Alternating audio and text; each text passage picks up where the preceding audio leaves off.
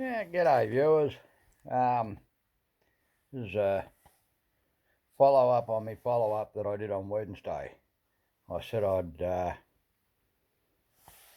give you a breakdown of what I got once I'd been to the scrapyard. I was going to do it last night, but by the time I got home last night, I left here I worked Wednesday night till after 1 in the morning. By the time I got to bed, it was nearly 3, and I was up at 7.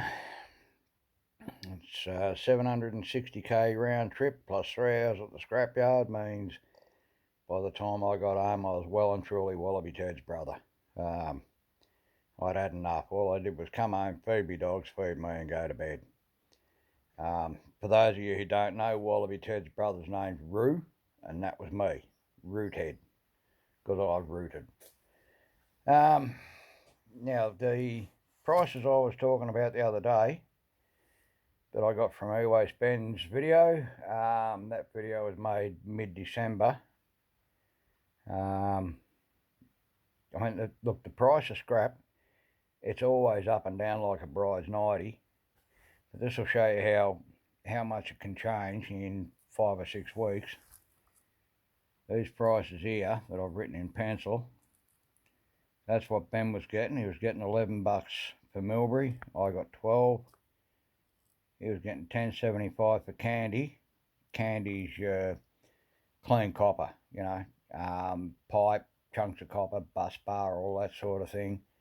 He was getting $10.75. I got $11.50. He got $9 for burnt copper.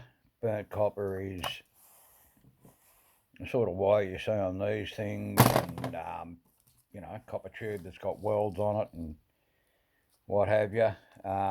Painted copper, you know, it's burnt, greasy tint, which is soldered, painted copper. He was getting 9. I got $10.25. He got $3 for data cable. I got $3.50. He got $3.80 for mid-grade cable, which is this stuff. Just your, you know, extension leads and what have you. He was getting $3.80. I got $4.10. Brass, he got $7.15. I got $7.55. All right. That's 40 cents a kilo. Now, when I was talking about in the video the other day, I looked at that box down there and said there was $420 worth of brass in it. There wasn't. I thought there was more in there than there was. There was about 40 kilos of brass in there. So I thought, well, I'll throw in all my shitty bits, which is all this stuff here. Like that's a brass lug. They're just brass connectors. These things here, these come out of ROM drives. They're not always brass, sometimes they're steel. Little lugs like this, you know, pins out of 3-pin plugs. Even these things here, they're the brass ends that support fuses, fuse holders that you see on circuit boards like that. When you're depopulating circuit boards, you know, you knock everything off the board, they come off too. And after you're done, you're left with a pile of crap on your bench. You can either pick them up and throw them in the bin, or pick them up and chuck them in a box. I chuck them in a box. Like all this crap here, you know, you knock it off anyway, chuck it in a bloody box. You know, it took me brass from 40 kilos to 68 kilos, which is $211 difference. All right, so as far as I'm concerned, it's worth doing. You know, $211. Back over here, motors are still about the same. Like Ben was getting $1.02, they're $1. I had 155 kilos of them, motors and transformers. Most of the motors were, you know, things like this, little motors like that. A lot of motors out of pedestal fans, and the transformers were the vast majority of them were these, which come out of these. And there was, you know, some of these and some of these and some bigger induction coils like that. I ended up with 155 kilos of them, which, you know, okay, I had to knock them out of these things. 155 kilos, 155 bucks. That gives you, between the crappy bits of brass and the little transformers, that's 360 odd bucks. And as Ben said, Ben's pretty smart. He's bloody switched on, and as he always says, it all adds up, and he's right. It does.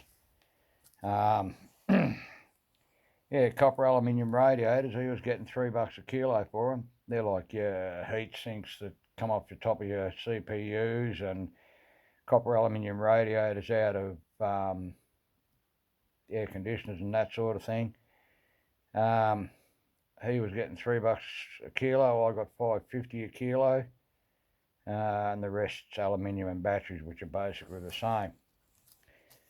That's a pile of. Sorry, Aluna, if you see this. That's this stuff is 2.5mm solid cable. I actually stripped that out of some household power cable for a friend of mine, and I had it in my car today, and I was meant to post it to her, and I bloody forgot it. So she's going to be chewing my ass. I'll live. I didn't film anything at Manhara's yesterday because it was blowing about 4,000 knots. It would bloody blow the spots off a dog. So I didn't film while I was there. The other thing, I have an ABN, right? An ABN is, for those who are overseas, an ABN is an Australian business number. Now, the way it works, if you got one, you don't have to pay any tax on what you get. Without an ABN, anything over, I think it's either $200 or $300, they have to charge you 50% tax, right? Now, look down here, it's $1,355. That's what I would have gotten without the ABN. That's what I got with it. Right, $2,911. That's from Manhara Metals in Tottenham. I travel 360k each way, and it's usually about a 12 or 13 hour day for me, but it's bloody worth it because they kick ass. They go in real hard. The local scrap buyers up here can't get within a bull's roar of them.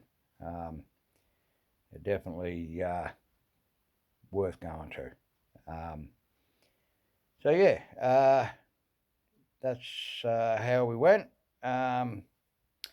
Hope you enjoyed that. Hope it taught you something. If it did, think about liking and subscribing, eh? Cheers. Bye for now.